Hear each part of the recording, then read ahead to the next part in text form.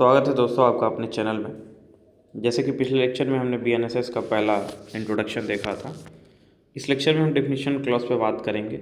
जितने भी definition clause में ये सारे डेफिनेशन दिए हुए हैं, इन सारों को हम वन बाय वन जितने भी टर्म्स एक्सप्लेन किए गए हैं सब हम समझेंगे।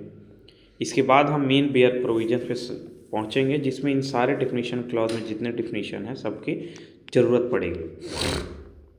सबसे पहले यहाँ देखें कि टोटल अगर आप देखिएगा तो 21A से लेके 21Z तक इतने डिफिनीशन दिए हुए हैं। थोड़ा जूम आउट करूँ तो आप देख सकते हैं, हाँ, टोटल 21A से 21Z तक इतने डिफिनीशन दिए हुए हैं।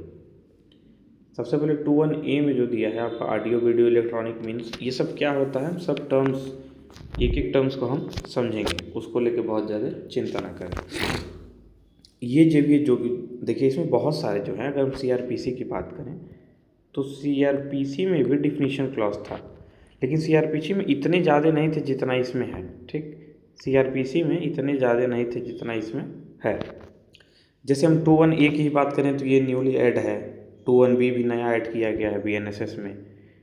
उसके बाद 21D भी नया ऐड किया गया है। ऐसी बहुत सारी चीज़ें जो नई ऐड की गई हैं, जो हम जब डिस्कस करेंगे वन बाय वन तो भी हम समझेंगे। तो हमको ये 21A से और 21Z वारंट केस तक ये हमको सारा समझना है। तो अभी चलते हैं, हम आगे चलते हैं, वन बाय वन समझने की कोशिश करते हैं। सबसे पहले हम कुछ टर्म्स को समझेंगे, जो कि पहला है बेल, फिर बेल बॉन्ड, फिर bond, bailable offence and non bailable offence. ये क्या होता है? तो सबसे पहले हम इन वर्ड्स को समझने के लिए हम देखें कि अगर हम बात करें ऑफेंस को for the purpose of bail के उद्देश्य से ऑफेंस को दो कैटेगरी में डिवाइड किया गया है। पहला बेलेबल ऑफेंस, दूसरा नॉन बेलेबल ऑफेंस। अब ये क्या होता है bailable offence, non bailable offence, तो वो भी हम समझते हैं। हमको bailable offence non bailable offence समझने से पहले हमको समझना बेल होता है, क्योंकि हमने बात की कि for the purpose of bail offence is categorized into the two category. तो पहले बेल ही क्या होता है ये समझ लें। अब बेल कहाँ डिफाइन किया गया है ये आप देखिए इस चार्ट में, ये चार्ट आपको याद रहना चाहिए। तो बेल डिफाइन है 21B में। ठीक, यहाँ 21 मैं आपको दिखाता हूँ, एक सेकेंड। ये देखिए 21B में बेल डिफाइन है। ठीक, चलिए तो हम 21B पहले समझते हैं। इसमें देखिए तो 21B बात करता है कि अकॉर्डिंग टू 21B बेल मतलब क्या होता है कि release of person accused or suspected of commission of crime from the custody of law upon certain condition imposed by the officer or court on execution by such person of the bond or bail bond. देखिए अब आप समझिए, basically bell का मतलब क्या होता है कि रिलीज करना, छोड़ देना किसी भी व्यक्ति को। व्यक्ति मतलब पर्सन एक्यूज, यानी किसी ऐसे व्यक्ति को जिसके ऊपर कोई आरोप लगा है उसको रिलीज करना, छोड़ना। या फिर पर्सन एक्यूज, या फिर suspected of commission of crime, या फिर कोई और व्यक्ति जिसके ऊपर संदेह है कि इसने अपराध किया, मतलब वही वो व्यक्ति जिसके ऊपर आरोप लगाया जा रहा है। रिलीज कहाँ से करेंगे? From the custody of law. Custody of law से इसको रिलीज करेंगे। कौन करेगा? Officers, impose by the officer, या कोर्ट करेगा। कैसे करेगा? कुछ कंडीशन उसके ऊपर लगा के, by imposing certain condition impose करके उसको रिलीज़ करेंगे ऑफिसर या फिर कोर्ट। वो भी और क्या, एग्जीक्यूट कराएगा उस जो व्यक्ति को, जो पर्सन सस्पेक्टेड पर्सन है, उनसे बॉन्ड या फिर बेल बॉन्ड एग्जीक्यूट कराया जाएगा। अब हमें फिर समझना है कि बॉन्ड या बेल बॉन्ड क्या होता है, ये हम आगे समझेंगे, डेफिनेशन में ये भी दिया हुआ है। तो हमने समझा कि बेल का सीधा मतलब ये है कि कोई भी जो पर्सन एक्यूज है या फिर सस्पेक्टेड पर्सन है उसको from the custody of law से रिलीज़ करना, ऑफिसर्स या कोर्ट के द्वारा रिलीज़ किया जाता है, उस पर्सन से बॉन्ड या फिर बेल बॉन्ड एग्जीक्यूट करा के। अब देखिए ये जो ब्रैकेट है, मैं कलर थोड़ा चेंज कर लूँ, हाँ 1 मिनट रुक जाइए, येलो कर लेता हूँ, अच्छा लगता है। ठीक, ये जो आपका देखिए ये जो ब्रैकेट है, इसमें सिर्फ लिखा है कि ये जो न्यूली इंट्रोड्यूस्ड है, ये जो हमने पढ़ा बेल का डिफिनेशन, ये BNSS में नया इंट्रोड्यूस किया गया है। CRPC में ऐसा कोई प्रोविज़न नहीं था। ये हम समझ लिए। अब हम समझेंगे कि हमने पढ़ा कि उसे एग्जीक्यूट कराएंगे हम बॉन्ड या फिर बेल बॉन्ड। अब बॉन्ड क्या होता है, बेल बॉन्ड क्या होता है, वो भी देखेंगे, यहाँ पे दिया हुआ देखिए। जो हमने ऊपर चार्ट दिखाया वो आपको याद हो जाना चाहिए, क्योंकि वो चार्ट सबसे इम्पोर्टेंट है। एक सेकंड रुकिएगा।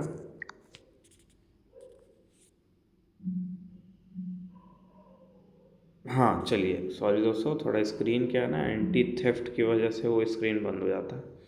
खैर ठीक है, अभी हम देखते हैं कि हाँ बेल बॉन्ड और बॉन्ड क्या होता है। उसके लिए हमने यहाँ देखिए, वो जो चार्ट ऊपर था वो आप जेन्युइन याद कर लीजिए। तो 2(1)D में डिफाइन है कि बेल बॉन्ड क्या होता है, और 2(1)E में डिफाइन है कि बॉन्ड क्या होता है। तो 2(1)D कहता है कि bail bond means a undertaking for the release with enemy, undertaking for the release with surety, sorry bail bond means undertaking for the release with surety, और बॉन्ड मतलब कि पर्सनल बॉन्ड और undertaking for release without surety. देखिए, अगर मान लीजिए आप person accused हैं, कोई व्यक्ति है ये जो कोई अपराध किया है, मान लीजिए मर्डर किया है, ठीक, कोई भी अपराध आप किए हैं, उसके बाद मैं आपको बेल दे रहा हूँ, मैं कोर्ट हूँ, मैं अगर आपको बेल दे रहा हूँ तो दो कंडीशन दूंगा, या तो मैं आपसे बॉन्ड साइन करा के आपको छोड़ूंगा, या फिर बेल बॉन्ड साइन करा के आपको छोड़ूंगा। अगर मैं बेल बॉन्ड साइन कराता हूँ तो हमको एक श्योरिटी की ज़रूरत है, हमको सिर्फ मैं आपके कहने पे नहीं छोड़ दूंगा, मुझे एक श्योरिटी चाहिए, जिस श्योरिटी के कहने पे मैं छोड़ूंगा, जो व्यक्ति आपका कोई श्योरिटी बनेगा। लेकिन मैं सिर्फ अगर आपसे बॉन्ड साइन कराता हूँ तो मुझे किसी श्योरिटी की ज़रूरत नहीं है, मैं सिर्फ आपके कहने पे, आपके पर्सनल बॉन्ड से मैं आपको छोड़ दूंगा। तो याद रखिएगा, बेल बॉन्ड में मेरे को श्योरिटी चाहिए, और सिर्फ बॉन्ड में मेरे को सिर्फ आपका पर्सनल बॉन्ड चाहिए, मुझे कोई श्योरिटी की ज़रूरत नहीं है। तो ये चीज़ें हमको ध्यान रखनी है कि हमको बेल बॉन्ड में श्योरिटी, विदाउट श्योरिटी नहीं छोड़ा जाएगा। अब बॉन्ड में, अब देखिए, अगर कोई सीरियस ऑफेंस कोई व्यक्ति किया रहता है और उसके बाद अगर उसको बेल दिया जाता है तो उसमें श्योरिटी कोर्ट मांगती है, या फिर ऑफिसर श्योरिटी जरूर मांगता है। लेकिन कोई बहुत ज़्यादा सीरियस ऑफेंस नहीं है, नॉर्मल ऑफेंसेस है, उसमें अगर बेल आपको दिया जाता है तो सिर्फ पर्सनल बॉन्ड पे बेल दिया जा सकता है। ये दोनों जो क्लॉज हमने पढ़ा, बेल बॉन्ड बॉन्ड, ये भी नया ऐड किया गया है, ये पहले CRPC में नहीं था, इसको BNSS में ऐड किया गया है। अब हम यहाँ बेल बॉन्ड और बॉन्ड समझने के बाद अब हम समझेंगे bailable offence and non bailable offence, ठीक है। देखिए, किस प्रोविजन में क्या मेंशन है ये जरूर याद रहना चाहिए। अब देखिए, बेलेबल ऑफेंस और नॉन बेलेबल ऑफेंस कहाँ मेंशन है, तो 2(1)C में, 2(1)C में मेंशन है bailable offence and non bailable offence. ये कहता है, it provide that bailable offence means an offense which is shows as a bailable in the first schedule or which is made bailable by any other law for the timing in force। देखिए, अब फिर लिख दिया कि non bailable offence mean any other offences, इससे कोई मतलब, अभी देखिए ये कोई डिफिनीशन नहीं है, ये सिर्फ उसका लोकेशन और IP एड्रेस दिया हुआ है कि कहाँ हमने लिखा है कि क्या, कौन से ऑफेंसेस बेलेबल है, कौन से ऑफेंसेस नॉन बेलेबल है। तो इसमें साफ तौर पे लिखा है कि बेलेबल ऑफेंस वो ऑफेंसेस हैं जो कि BNSS के बेयर एक्ट में फर्स्ट शेड्यूल में, जो चार्ट में कॉलम 5 में मेंशन किया गया है, तो फर्स्ट शेड्यूल में जो जो लिखा गया कि ऑफेंस बेलेबल है, ये ऑफेंस नॉन बेलेबल है, हम उसी को मानेंगे। तो ये तो कोई डिफिनीशन हुआ नहीं, ये तो सिर्फ मान लीजिए कि दे दिया है कि यहाँ पे दिया है, आप देख लीजिएगा अपने से। तो वही बात है, हमको वहाँ से फिर अंडरस्टैंडिंग लेनी होगी। आगे हम देखते हैं, whether the offence is bailable or not is provided in the column 5 of first schedule. वही लिखा है कि फर्स्ट शेड्यूल के 5th कॉलम में लिखा हुआ है कि कोई भी ऑफेंस बेलेबल है कि नहीं। First schedule consist of part 1 and part 2। First schedule मैं अभी इसमें स्लाइड ऐड नहीं कर पाया हूँ, आप अगर डायरेक्ट खोलिएगा तो देखिएगा कि जो फर्स्ट शेड्यूल है उसमें 2 पार्ट दिया हुआ है, पार्ट 1 और पार्ट 2 में डिवाइड किया गया। पार्ट 1 जो बेसिकली बात करता है वो BNS की बात करता है, भारतीय न्याय संहिता की। अब पार्ट 2 जो बात करता है वो एनी अदर लॉ की बात करता है। यानी कि देखिए, पार्ट 1 बात करता है कि BNS में जितने भी अपराध मेंशन है उन अपराधों में से कौन सा बेलेबल है, कौन सा नॉन बेलेबल है। और पार्ट 2 बात करता है कि एनी अदर लॉ, जैसे पॉक्सो हो गया, आर्म्स एक्ट हो गया, और जितने और भी सब्सटेंसिव लॉ हैं, उसके अंदर अगर कोई ऑफेंस मेंशन है तो वो क्या है, वो बेलेबल है कि नॉन बेलेबल। इसलिए इसको 2 पार्ट में डिवाइड किया गया। According to first schedule, the offence under law other than BNS which are punishable with imprisonment of 3 years or more considered to be non-bailable। देखिए, बेसिकली ये बात कर रहा है कि पार्ट 2 में जो एनी अदर लॉ की बात किया है, तो एनी अदर लॉ में देखिए बहुत सारे लॉज आ जाते हैं। अब देखिएगा चार्ट में, तो उसमें सिर्फ 4 उसमें ख़त्म कर दिया गया है, 4 कॉलम बना के। उसमें सिर्फ ये लिखा है अगर एनी अदर लॉ है और एनी अदर लॉ में कोई भी ऐसे ऑफेंस है जो जिसमें कि 3 साल या 3 साल से अधिक की सज़ा है तो उसको हम नॉन बेलेबल मानेंगे। जबकि बीएनएस की अगर आप बात करिए तो बीएनएस में एक एक ऑफेंस से रिलेटेड पार्ट 1 में दिया हुआ है। तो यहाँ भी आप ये मत देखिए कि 3 साल से अधिक है तो क्या हुआ, उसमें एक एक सेक्शन बेलेबल है कि नहीं है वो अपने आप से लिख दिया गया है, एक्सप्रेसली प्रोवाइडेड है। लेकिन हम अदर लॉ की बात करें तो अदर लॉ में हमको इस बात से प्रिजम्पशन निकालना है कि हमको ये देखना है कि सज़ा कितनी है। किसी भी अपराध की करने में अगर 3 साल या 3 साल से अधिक की सज़ा है तो वो नॉन बेलेबल है। अगर कोई भी अपराध 3 साल से कम की सज़ा वाला अपराध है तो वो फिर बेलेबल है। ठीक, और फिर हम जो बीएनएसएस पढ़ रहे हैं इसी में जब हम चैप्टर 35 पढ़ेंगे, चैप्टर 35 पढ़ेंगे जो बेल से रिलेटेड सारे प्रोविजंस की बात करता है। चलिए आगे चलते हैं। उसके बाद यहाँ पे भी लिखा है कि देखिए हमने जो ऊपर ही कहा कि although the terms had been defined in the संहिता but still this definition does not give the clear meaning of the term bailable और नॉन बेलेबल ऑफेंस। हमने कहा कि ये जो हमने ऊपर देखा कि 21C में लिखा हुआ है बेलेबल नॉन बेलेबल, वो सिर्फ उसका एड्रेस बताया, एग्जैक्ट डिफिनीशन वो नहीं है, इसलिए डिफिनीशन तो एक्सप्रेसली प्रोवाइडेड नहीं है। लेकिन देखिए जो बेलेबल ऑफेंस होते हैं, मान लीजिए कोई भी ऑफेंस बेलेबल है जिसमें अभी अदर लॉ की बात करें 3 साल से कम की सज़ा वाले या फिर आईपीसी की बात करें तो एक्सप्रेसली लिखा हुआ है। अगर कोई भी ऑफेंस बेलेबल ऑफेंस है उसमें बेल जो है आप मांग सकते हैं as a matter of right, उसमें बेल आपका अधिकार है, न कोर्ट रोक सकती है न कोई उसको ऑफिसर्स रोक सकता है, उसमें बेल आपको मिलेगा ही अगर वो ऑफेंस बीएनएसएस में साफ तौर पर लिखा है कि ये बेलेबल ऑफेंस है। अगर ये नॉन बेलेबल ऑफेंस है तब फिर बेल जो है ये subject to the description of court है, तब चाहे तो कोर्ट बेल दे या ना दे वो उसके ऊपर डिपेंड करता है, वो भी कुछ कंडीशंस लगा के दे सकती है या फिर वो चाहे तो ना दे। अगर वो अपराध नॉन बिलेबल है तो, बिलेबल है तब तो कोई रोक नहीं पाएगा, आपको बेल मिलेगा ही मिलेगा, आप बेल ले सकते हैं। अब हम थोड़ा इन दोनों में डिफरेंस देख लेते हैं कि बिलेबल और नॉन बिलेबल ऑफेंस में अंतर क्या होता है, तो हम इसको और अच्छे से समझ पाएंगे। देखिए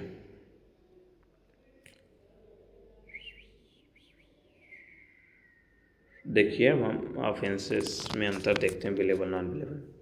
सबसे पहला अगर हम देखें तो bail can be claim as a matter of right and court has no description but to grant bail. इसमें सेम वही चीज़ मैं कहा कि अगर कोई भी अपराध बिलेबल ऑफेंस है और आपको अगर बिलेबल ऑफेंस के तहत गिरफ्तार किया गया है तब आपको बेल मिलेगा ही मिलेगा, वो आपका अधिकार है, कोर्ट नहीं रोक सकती। वहीं नॉन बिलेबल ऑफेंस की बात करें तो नॉन बिलेबल ऑफेंस में आपका राइट्स नहीं है बेल लेना, वो कोर्ट का डिस्क्रिप्शन पर डिपेंड करता है, वो चाहे तो बेल दे या फिर ना दे। दूसरा डिफरेंस आप देखें तो police officer is empowered to grant bail in the bailable offence. Bailable offence अगर है तो कोई पुलिस ऑफिसर भी आपको बेल ग्रांट कर सकता है, ज़रूरी नहीं कि कोर्ट जाना पड़ेगा, थाने से भी आपकी बेल हो सकती है। ये सेक्शन 478 में लिखा हुआ है साफ तौर पे। खैर जब आगे चलेंगे तो 478 अलग से एक्सप्रेसली पढ़ेंगे, उसको लेकर आप चिंता मत करिए। वहीं नॉन बिलेबल ऑफेंस की बात करें तो non bailable offence only court can grant bail to the accused under section 480 और 483। नॉन बेलेबल ऑफेंस अगर आपने किया है और फिर भी अगर आपको बेल मिल रहा है तो सिर्फ कोर्ट ही दे सकता है, क्योंकि कोर्ट के डिस्क्रिप्शन पे होता है, वो चाहे तो दे या फिर ना दे, वो सेक्शन 480 और 83 में मेंशन किया गया है। थर्ड कहता है कि bailable offence generally less serious offence होते हैं, सबको पता है क्योंकि इसमें इतनी आसानी से बेल मिल जा रहा है। नॉन बेलेबल ऑफेंस जो होते हैं मोर सीरियस होते हैं नेचर में। चौथा बात करता है कि एंटीसिपेटरी बेल, अगर हम बात कर रहे हैं उसको लेके कि बिलेबल ऑफेंस में एंटीसिपेटरी बेल नहीं कोई मांग सकता है, नॉन बिलेबल ऑफेंस में एंटीसिपेटरी बेल मांगा जा सकता है।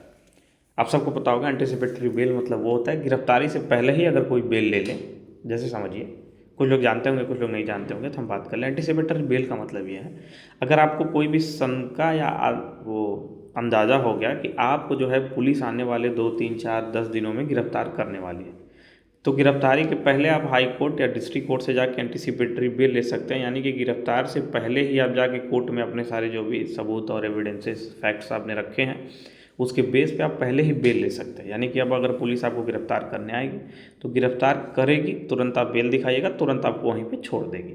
तो एंटीसिपेटरी का बेल, ये भी कोर्ट के डिस्क्रिप्शन पे, वो चाहे तो एंटीसिपेटरी बेल दें या फिर ना दें। क्योंकि देखिए बिलेबल ऑफेंस में तो आप एंटीसिपेटरी बेल नहीं मांग सकते, नॉन बिलेबल ऑफेंस में आप एंटीसिपेटरी बेल मांग सकते हो। और नॉन बिलेबल ऑफेंस में बेल देना न देना ये कोर्ट के डिस्क्रिप्शन पे डिपेंड करता है। चलिए अब हम थोड़ा चार्जेस समझते हैं। यहाँ तक चीज़ें आई होप क्लियर होंगी आपको। कोई डाउट हो तो ज़रूर कमेंट में लिखिएगा, हम नेक्स्ट लेक्चर में उसको सुधारने की भी कोशिश करेंगे और इसको समझाने का भी कोशिश करेंगे। अब हम देखते हैं चार्ज। चार्ज समझने के लिए हम थोड़ा 2(1)(f) में डिफाइन है कि चार्ज क्या होता है।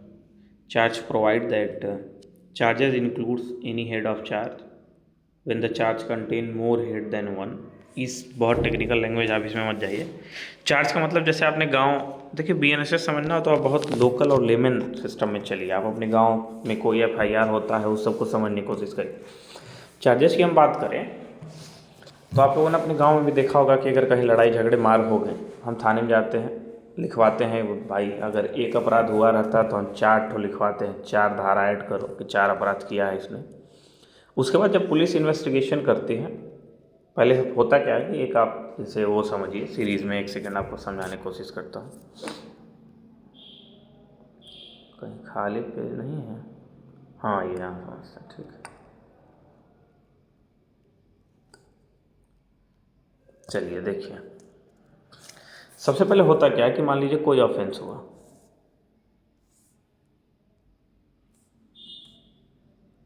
कोई ऑफेंस, 1 सेकेंड रुकिएगा सर। जैसे हम सबसे पहले देखिए कि कोई मान लीजिए ऑफेंस हुआ, उसके बाद सबसे पहले हम लोग क्या कराते हैं, FIR जाके लिखवाते हैं।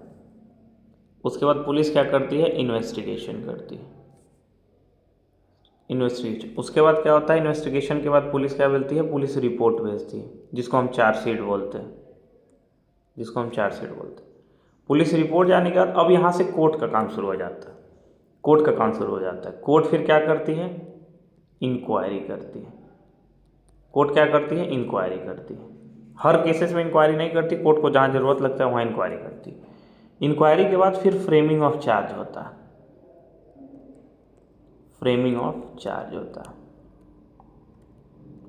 उसके बाद ट्रायल स्टार्ट होता है, उसके बाद ट्रायल स्टार्ट होता है। इसको जरूर बना लीजिए, ये आपको याद रहना चाहिए। सबसे पहले मान लीजिए आपके गांव में कोई अपराध हुआ, किसी ने किसी को मार दिया, फिर सामने वाले व्यक्ति गया FIR कराया। FIR में अगर 2 सेक्शन लगता है तो जानबूझ के लोग 4-5 ठो लिखवा देते हैं कि एकदम दरोगा जो बचना नहीं चाहिए।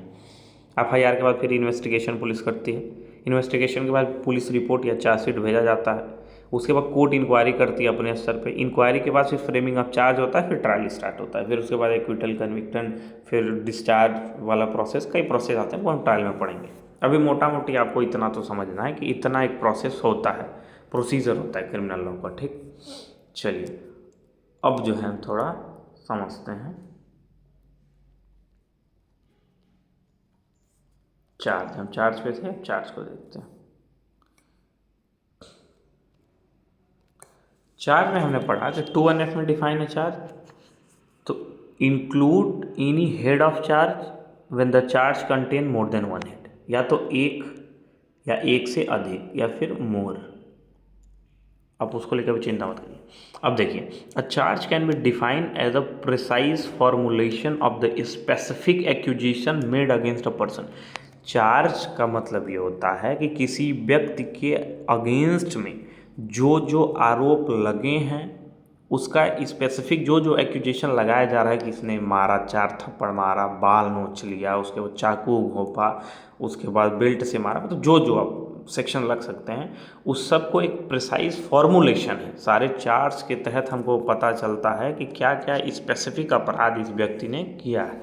अब देखिए फिर, it is frame when the prima facie case is disclose about the commission of certain offence और ऑफेंसेस। ये प्राइमा फेसी माना जाता है कि जितने मान लीजिए 10 गो सेक्शन लगाए, 300 भी लगा दिए हैं, 307 भी लगा दिए हैं, 309 भी लगा दिए और बहुत सारे और भी 4-5 लगा दिए, तो ये प्राइमा फेसी आपको डिस्क्लोज करता है कि किसी व्यक्ति ने कौन कौन से अपराध किए हैं। आप सारे सेक्शन देख के बता सकते हैं कि इस व्यक्ति ने क्या किया। उसके बाद चार्ज को रखना, चार्ज को क्वेश कराना, ये सब कोर्ट का काम है कि ये चार्ज रहेगा कि हट जाएगा, ये सब कोर्ट में होता है। कुछ अब एक हम केस देख लेते हैं इसमें। Isar Singh versus state of MP, ये केस अब देखिएगा 2004 का केस है, बहुत इंपॉर्टेंट है। इसमें सिर्फ यही बोला गया कि सुप्रीम कोर्ट ने हेल्ड किया था कि charge is an accusation made against the person in the respect of offence alleged to have been committed by him. यानी कि जो चार्ज फ्रेम किया गया, जो चार्ज लगाया गया, उससे सिर्फ ये पता चलता है कि इस व्यक्ति ने कौन कौन से अपराध किए हैं, प्राइमा फेसी है, तो उसके बाद कोर्ट तय करती है। अब आगे हम देखते हैं object of framing of charge.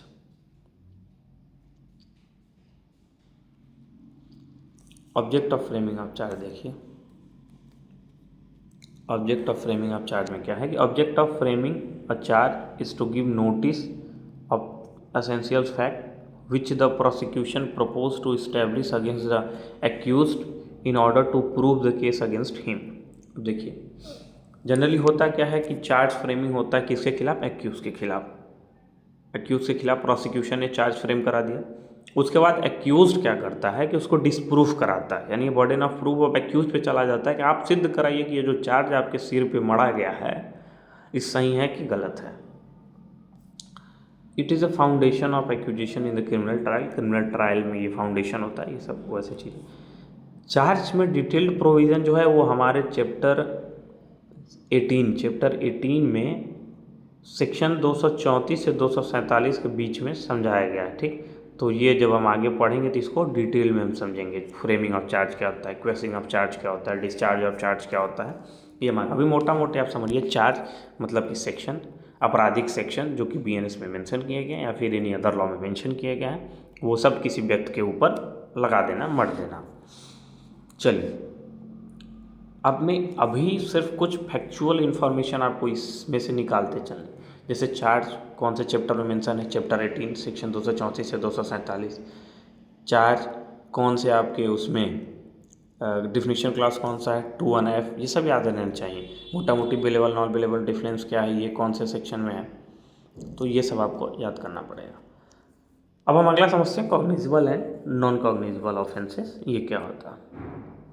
सबसे पहले मेंशन कहाँ है कॉग्निजेबल ऑफेंसेस, तो 2(1)(g) में मेंशन है। कहाँ मेंशन है, 2(1)(g) में मेंशन है कॉग्निजेबल, और 2(1)(o) में मेंशन है non cognizable. Cognizable means offense for which, and cognizable cases means a case in which a police officer,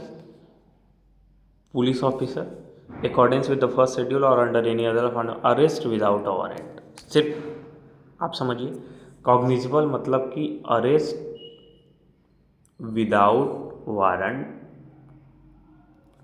और नॉन कॉग्निजेबल मीन्स कि पुलिस ऑफिसर के पास नहीं अरेस्ट या arrest with warrant, arrest with warrant. बस ये दो concept आप ध्यान रखिए। कॉग्निजेबल में पुलिस ऑफिसर बिना वारंट के आपको गिरफ्तार कर सकती है, नॉन कॉग्निजेबल में बिना वारंट के पुलिस आपको गिरफ्तार नहीं कर सकती। 2(1)(g) में सिर्फ इतना लिखा है कि कॉग्निजेबल अगर अपराध आपने किया है तो पुलिस ऑफिसर बिना वारंट के, बिना वारंट मतलब बिना कोर्ट की परमिशन के, बिना कोर्ट के कोई नोटिस भेजे, बिना किसी वारंट के आपको तुरंत गिरफ्तार कर लेगी। नॉन कॉग्निजेबल में बिना वारंट के पुलिस गिरफ्तार आपको नहीं कर सकती। चलिए अब इसका हम क्लासिफिकेशन थोड़ा देखते हैं। क्लासिफिकेशन साफ तौर पे ये समझाया गया है कि the classification of offence is to cognizable and non cognizable is shown in column 4 of first schedule. देखिए जिसमें हमने बात की बिलेबल और नॉन बिलेबल ऑफेंस, कहाँ पे दिया गया है बिलेबल नॉन बिलेबल ऑफेंस, तो फर्स्ट शेड्यूल के 5th कॉलम में।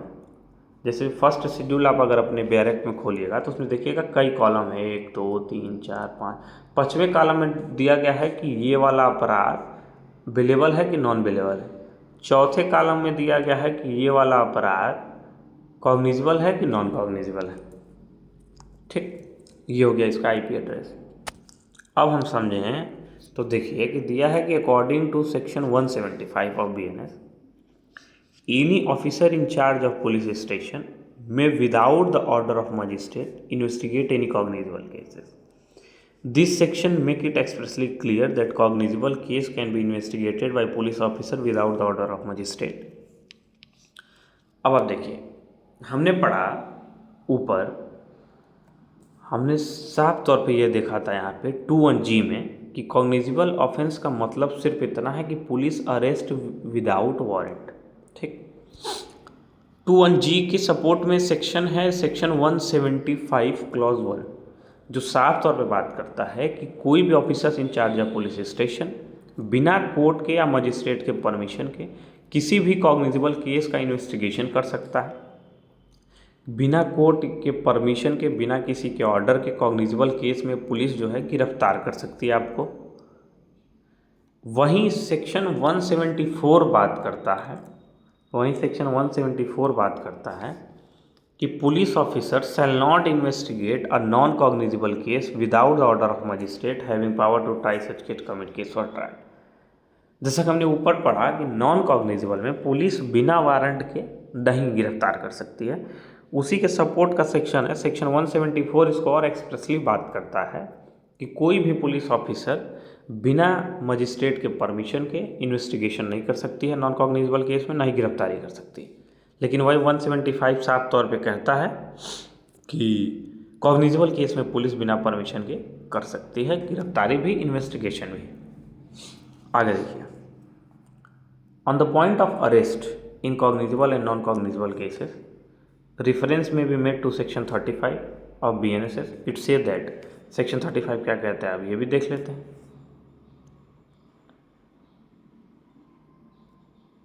हाँ चलिए, section 30 it say that police officer may without the order of magistrate and without warrant arrest any person. हम देखिए जब जब बात करेंगे कॉग्निजेबल की, यानी टू, अरे यार ये कहाँ से उड़ जाता है इसी में पागल का, चलिए टू, अरे यार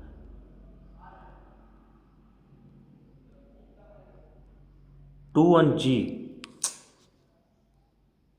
अरे यार रुक जाइए आप लोग एक सेकंड, मैं समझाता हूँ आपको। देखिए आप 21G में क्या लिखा है, कॉग्निजेबल लिखा है। तो जब 21G की बात करें, इसके साथ साथ हम हमेशा करेंगे कि red with section 175 and red with section 175 इससे पूरा कॉग्निजेबल ऑफेंस समझ में आ जाएगा क्या होता है। 3 सेक्शन हमको समझना है, 21G, सेक्शन 175(1), सेक्शन 35 है। तीनों में सेम वही बात लिखी है कि कॉग्निजेबल केस में कोई भी पुलिस ऑफिसर बिना कोर्ट के, बिना मजिस्ट्रेट के परमिशन के ना ही इन्वेस्टिगेशन कर सकता है, ना ही गिरफ्तारी कर सकता है। 175 जो है ये बात करता है कि इन्वेस्टिगेशन पुलिस नहीं कर सकती है, इन्वेस्टिगेशन नहीं कर सकती है। 35 बात करता है अरेस्ट नहीं कर सकती, अरेस्ट नहीं कर सकती है। ठीक, देखिए यहाँ भी मैं अगर आपको समझाऊँ तो हम देखिए सेक्शन 175 बात करता है कि मजिस्ट्रेट के बिना परमिशन की इन्वेस्टिगेशन नहीं किया जा सकता है, और सेक्शन यहाँ जो हम पढ़ रहे हैं 35 बात करता है कि पुलिस ऑफिसर बिना ऑर्डर के अरेस्ट नहीं कर सकता है। और सेक्शन 35(2) बात करता है कि no person concern in non cognizable cases shall be arrest without the warrant. अच्छा, 35 में बोला है कि बिना मतलब बिना वारंट के अरेस्ट कर सकता है कॉग्निजेबल केस में, एंड 35(2) कहता है कि बिना वारंट के अरेस्ट नहीं किया जा सकता नॉन कॉग्निजेबल केस में। तो हमने क्या देखा अभी आप देखिए, हमको कैसे पढ़ना है इसको थोड़ा सीगमेंट समझिएगा।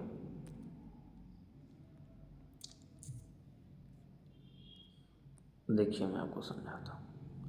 सबसे पहले हम लेके चलें, मान के चलिए कि हम देख रहे हैं कॉग्निजेबल केस, तो हमने लिखा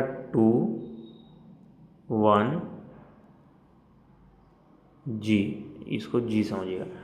21G के साथ हम क्या क्या पढ़ेंगे, सेक्शन 175 का 1 प्लस 35 का 1। ठीक, वहीं नॉन कॉग्निजेबल में 21O के साथ हम पढ़ेंगे 174 का 1 प्लस 35 का 2, ये 35 का 1 है। ठीक, इन तीनों को मिला के हम करें। अब देखिए, अब हम बात करें तो 21G में लिखा है कि विदाउट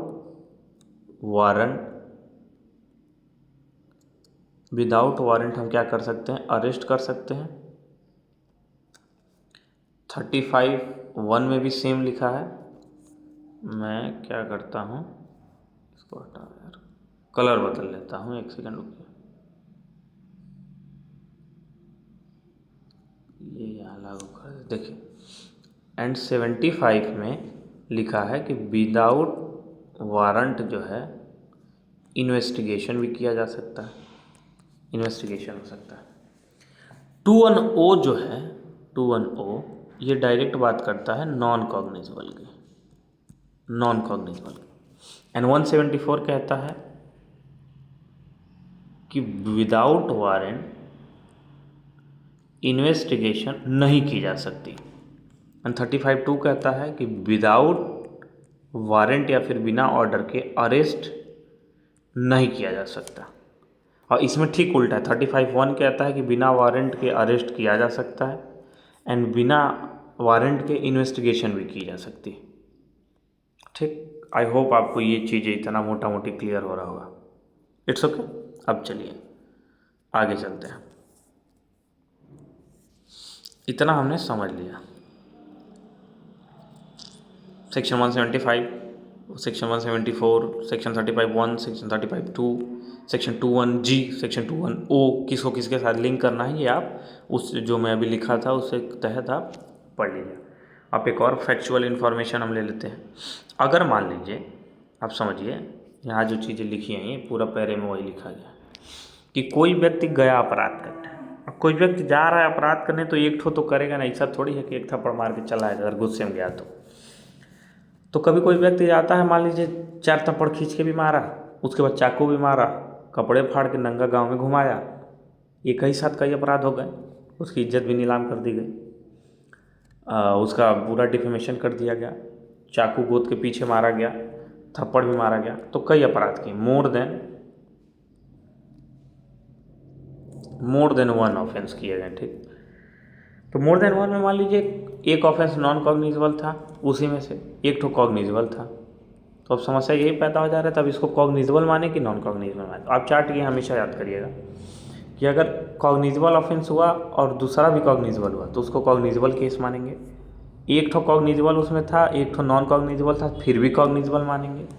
दोनों अगर नॉन कॉग्निजेबल रहेगा तब हम नॉन कॉग्निजेबल मानेंगे। अदरवाइज उस व्यक्ति ने, किसी एक व्यक्ति ने कितना हो अपराध किया हो, उसमें से अगर इक्को अपराध कॉग्निजेबल है तो पूरा केस कॉग्निजेबल हो जाएगा।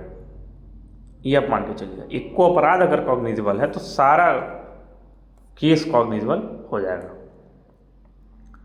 अब जो है हम इसमें अंतर देख लेते हैं कॉग्निजेबल नॉन कॉग्निजेबल, उसके बाद इस लेक्चर को हम यहीं समाप्त करेंगे। अगला कंप्लेंट से हम नेक्स्ट लेक्चर में पढ़ेंगे। चलिए अगला हम देखते हैं कि डिफरेंस क्या है कॉग्निजेबल नॉन कॉग्निजेबल केसेस में। तो सबसे पहले कॉग्निजेबल में देखें, लगभग उतना पढ़ाने के बाद आपको समझ में आ गया होगा कि दोनों में डिफरेंस क्या है, फिर भी हम देख लेते हैं। पहले की बात करें तो police officer can arrest a person accused cognizable, बिना वारंट के अरेस्ट कर सकते हैं, सबको पता है कॉग्निजेबल का मतलब ही यही है। नॉन कॉग्निजेबल में police officer has no power to arrest, without warrant बिल्कुल अरेस्ट नहीं कर सकते हैं। दूसरा डिफरेंस ये है कि पुलिस ऑफिसर इन्वेस्टिगेट कर सकते हैं कॉग्निजेबल में विदाउट परमिशन, सेक्शन 175 पे सेम जो ऊपर पढ़ा है। और नॉन कॉग्निजेबल में पुलिस ऑफिसर बिना परमिशन की इन्वेस्टिगेशन नहीं कर सकते, परमिशन लेना पड़ेगा। तीसरा कहता है कि information given in cognizable case is recorded under 173 और उसको FIR कहते हैं। अगर कॉग्निजेबल कोई भी अपराध या केस हुआ है तो उसके अंदर जो हम थाने में जाके बताते हैं तो उसको FIR कहते हैं। लेकिन अगर कोई नॉन कॉग्निजेबल हुआ है और उसके अंदर हम थाने में जाके लिखवाते हैं तो उसको हम NCR बोलते हैं, उसको FIR नहीं बोला जाता है, उसको NCR बोला जाता है, नॉन कॉग्निजेबल रिपोर्ट। जैसे मान लीजिए किसी व्यक्ति ने किसी की हत्या कर दी, अब हत्या करना तो कॉग्निजेबल केस है, अब उसके रिगार्डिंग हम थाने में गए और बताएं कि ऐसी ऐसी दरोगा जी या थानेदार साहब की हत्या हुआ है, आप लिखिए इसको, तो वो जो डायरी में लिखेंगे उसको FIR बोलेंगे। लेकिन अब किसी व्यक्ति ने किसी को सिर्फ गाली दे के 4 थप्पड़ मारा है और उसके रिगार्डिंग हम जाके थाने में लिखवा रहे हैं तो ये कॉग्निजेबल नहीं, ये नॉन कॉग्निजेबल का अपराध है। उसको लेके जो पुलिस लिखेगी उसको FIR नहीं कहेंगे, उसको नॉन कॉग्निजेबल रिपोर्ट कहेंगे। नॉन कॉग्निजेबल और FIR का प्रोसेस कैसे चलता है वो हम आगे समझेंगे डीप में, कि अगर पुलिस FIR लिख रही है तब इन्वेस्टिगेशन करेगी, उसके आगे फिर पुलिस रिपोर्ट भेजेगी। द नॉन कॉग्निजेबल केसेस में ऐसा नहीं होता है, उसका थोड़ा प्रोसीजर दूसरा होता है, वो आगे समझेंगे।